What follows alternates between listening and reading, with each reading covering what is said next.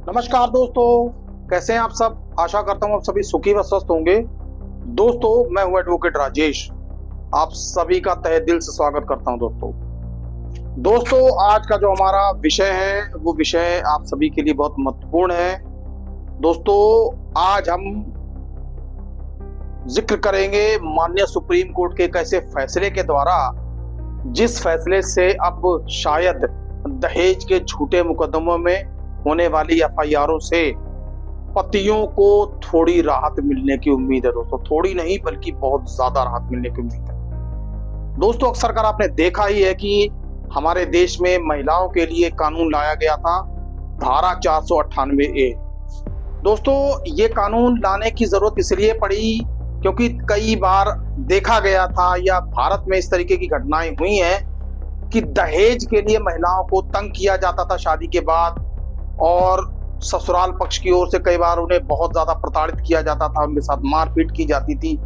कई बार तो ऐसी घटनाएं आई हुई हैं कि दहेज के लिए लड़कियों को मारा भी गया। दोस्तों, कई सारे मामले ऐसे माननीय अदालतों में पेंडिंग हैं जो चल रहे हैं। दोस्तों, लेकिन दोस्तों, जैसे जैसे समय बीतता गया कानून का शायद दुरुपयोग होने लगा। दोस्तों, क्योंकि अब आए दिन देखा जा रहा है कि पतियों के ऊपर दहेज के मुकदमे किए जा रहे हैं। दोस्तों, बीते कुछ सालों में दहेज के मुकदमों में बढ़ोतरी बहुत ज्यादा हुई है। अब दोस्तों, इसका कारण क्या है? इसका कारण कई बार लड़की पक्ष के लोग, जो माँ बाप होते हैं, जो उनके और रिश्तेदार होते हैं, उनको शायद इस बात का अंदाजा लग चुका है कि दहेज प्रथा का जो कानून है ये हमारे पक्ष में और मजबूत है। दोस्तों, तभी बिना सोचे समझे शायद लोग एफआईआर दर्ज करवा देते हैं और कई बार बिना कारण के भी लड़के पक्ष को जेल की हवा खानी पड़ जाती है। दोस्तों, ऐसा एक बार नहीं, ऐसा कई बार हुआ है। दोस्तों, मामले सच्चे भी होते हैं दोस्तों, और कई बार मामले झूठे भी दर्ज कराए जाते हैं। दोस्तों, माननीय सुप्रीम कोर्ट भी ऐसे मामलों पर पहले से ही नाराजगी व्यक्त कर चुका है।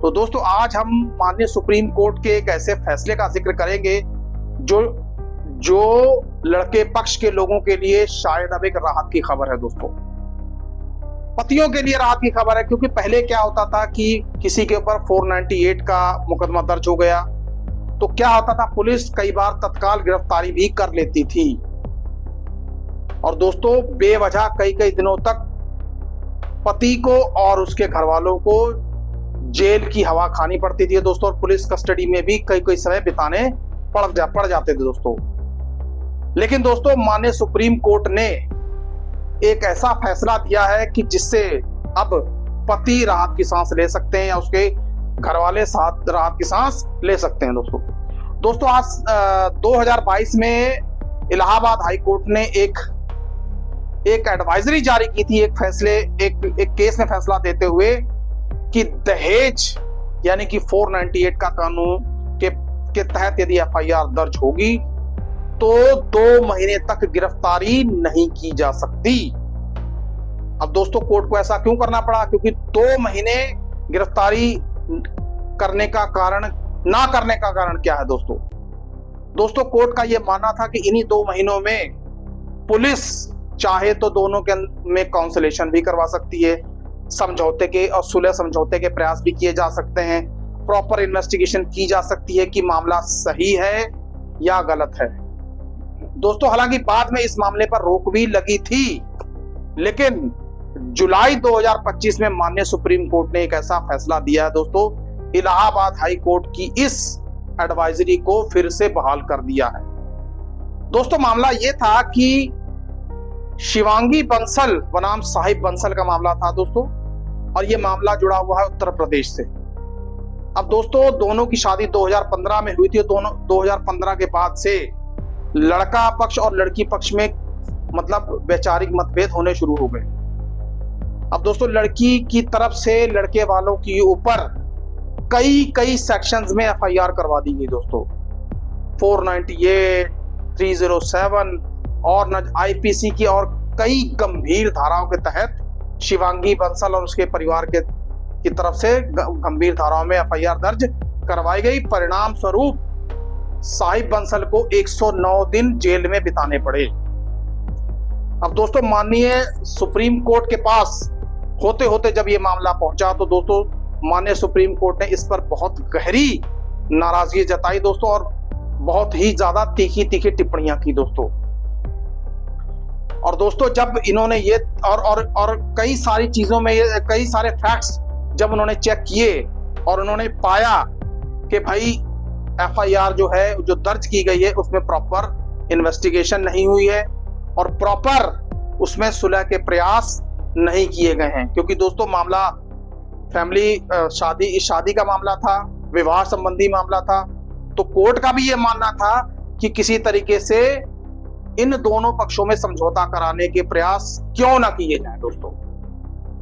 अब दोस्तों कई बार क्या करती है, कई बार पुलिस ये कर देती है कि पुलिस एफआईआर दर्ज करने के तुरंत बाद लड़के पक्ष के लोगों के ऊपर गिरफ्तारी का दबाव बना देती है दोस्तों।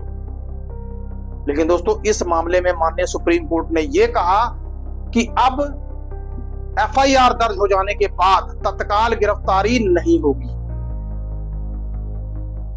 2 महीने तक पुलिस जो है लड़का पक्ष के लोगों को गिरफ्तार नहीं कर सकती।